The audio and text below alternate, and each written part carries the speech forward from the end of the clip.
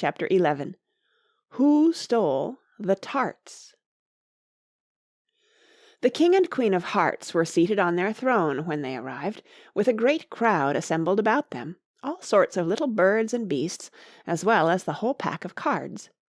The knave was standing before them in chains, with a soldier on each side to guard him, and near the king was the White Rabbit, with a trumpet in one hand and a scroll of parchment in the other.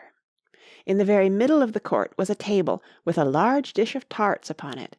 They looked so good that it made Alice quite hungry to look at them. "I wish they'd get the trial done," she thought, "and hand round the refreshments." But there seemed to be no chance of this, so she began looking at everything about her, to pass away the time. Alice had never been in a court of justice before, but she had read about them in books, and she was quite pleased to find that she knew the name of nearly everything there. "That's the judge," she said to herself, "because of his great wig." The judge, by the way, was the king, and as he wore his crown over the wig (look at the frontispiece if you want to see how he did it), he did not look at all comfortable, and it was certainly not becoming. "And that's the jury box," thought Alice, "and those 12 creatures—" She was obliged to say creatures, you see, because some of them were animals and some were birds. "I suppose they are the jurors." She said this last word 2 or 3 times over to herself, being rather proud of it, for she thought, and rightly too, that very few little girls of her age knew the meaning of it at all. However, jurymen would have done just as well. The 12 jurors were all writing very busily on slates. "What are they doing?" Alice whispered to the Gryphon. "They can't have anything to put down yet before the trial's begun." "They're putting down their names," the Gryphon whispered in reply, "for fear they should forget them before the end of the trial." "Stupid things," Alice began in a loud, indignant voice, but she stopped hastily, for the White Rabbit cried out, "Silence in the court!" and the king put on his spectacles and looked anxiously round to make out who was talking. Alice could see, as well as if she were looking over their shoulders, that all the jurors were writing down "stupid things" on their slates, and she could even make out that one of them didn't know how to spell stupid, and that he had to ask his neighbor to tell him. "A nice muddle their slates'll be in before the trial's over," thought Alice.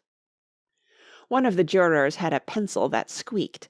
This, of course, Alice could not stand, and she went round the court and got behind him, and very soon found an opportunity of taking it away.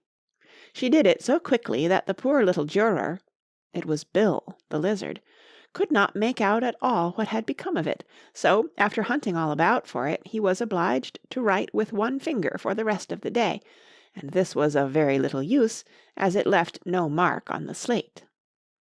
"Herald, read the accusation," said the king.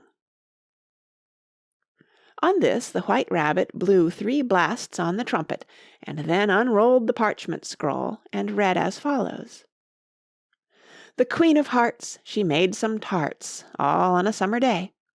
The Knave of Hearts, he stole those tarts, and took them quite away." "Consider your verdict," the king said to the jury. "Not yet, not yet," the Rabbit hastily interrupted. "There's a great deal to come before that." "Call the first witness," said the king, and the White Rabbit blew 3 blasts on the trumpet, and called out, "First witness." The first witness was the Hatter. He came in with a teacup in one hand and a piece of bread and butter in the other. "I beg pardon, your Majesty," he began, "for bringing these in, but I hadn't quite finished my tea when I was sent for." "You ought to have finished," said the king. "When did you begin?" The Hatter looked at the March Hare, who had followed him into the court, arm in arm with the Dormouse. "14th of March, I think it was," he said. "15th," said the March Hare. "16th," added the Dormouse.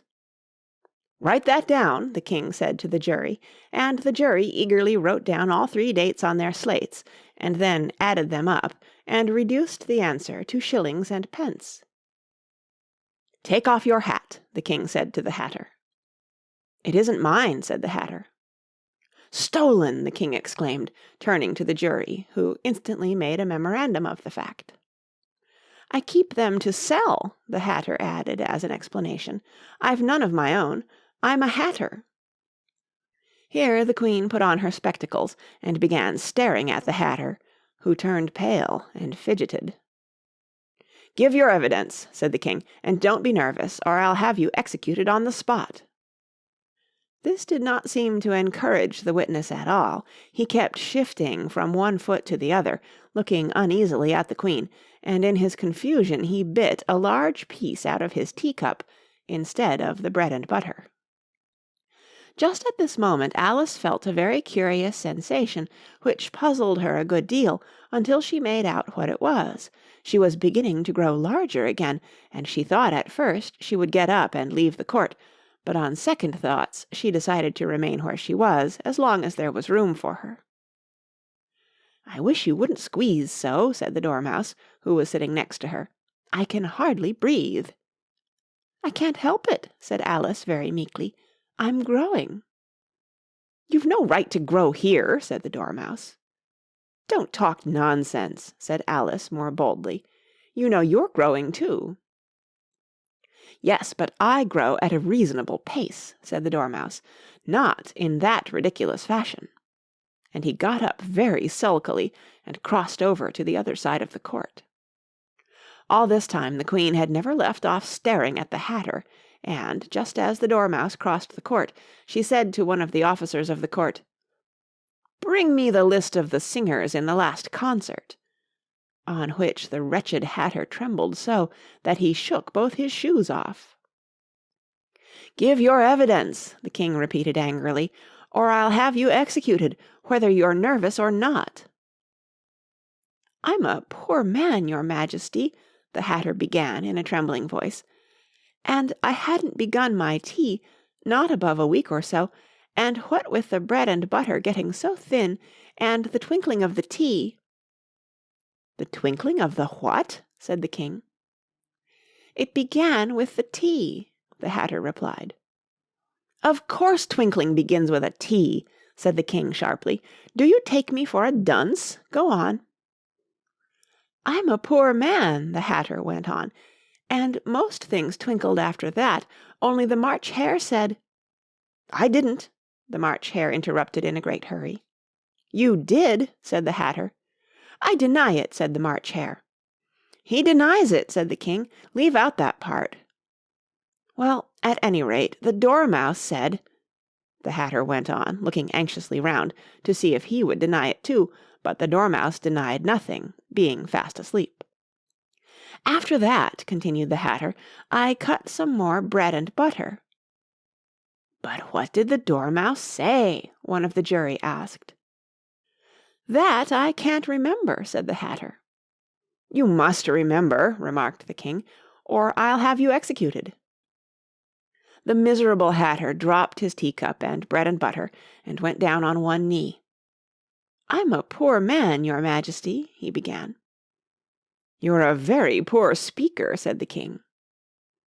Here one of the guinea pigs cheered, and was immediately suppressed by the officers of the court. As that is rather a hard word, I will just explain to you how it was done.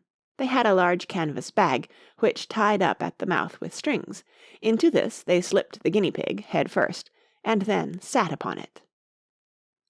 "I'm glad I've seen that done," thought Alice. "I've so often read in the newspapers, at the end of trials, there was some attempts at applause, which was immediately suppressed by the officers of the court, and I never understood what it meant till now." "If that's all you know about it, you may stand down," continued the King. "I can't go no lower," said the Hatter. "I'm on the floor as it is." "Then you may sit down," the King replied. Here the other guinea pig cheered, and was suppressed. "Come, that finished the guinea pigs," thought Alice. "Now we shall get on better." "I'd rather finish my tea," said the Hatter, with an anxious look at the Queen, who was reading the list of singers. "You may go," said the King, and the Hatter hurriedly left the court, without even waiting to put his shoes on. "And just take his head off outside," the Queen added to one of the officers, but the Hatter was out of sight before the officer could get to the door. "Call the next witness," said the king. The next witness was the Duchess's cook. She carried the pepper box in her hand, and Alice guessed who it was, even before she got into the court, by the way the people near the door began sneezing all at once. "Give your evidence," said the king. "Shan't," said the cook. The king looked anxiously at the White Rabbit, who said in a low voice, "Your Majesty must cross-examine this witness." "Well, if I must, I must," the king said, with a melancholy air, and, after folding his arms and frowning at the cook till his eyes were nearly out of sight, he said in a deep voice, "What are tarts made of?" "Pepper, mostly," said the cook. "Treacle," said a sleepy voice behind her. "Collar that dormouse!" the queen shrieked out. "Behead that dormouse! Turn that dormouse out of court! Suppress him! Pinch him! Off with his whiskers!" For some minutes the whole court was in confusion, getting the dormouse turned out, and by the time they had settled down again the cook had disappeared. "Never mind," said the king, with an air of great relief. "Call the next witness." And he added in an undertone to the queen, "Really, my dear, you must cross-examine the next witness. It quite makes my forehead ache." Alice watched the White Rabbit as he fumbled over the list, feeling very curious to see what the next witness would be like. "For they haven't got much evidence yet," she said to herself. Imagine her surprise when the White Rabbit read out at the top of his shrill little voice the name Alice. End of chapter 11.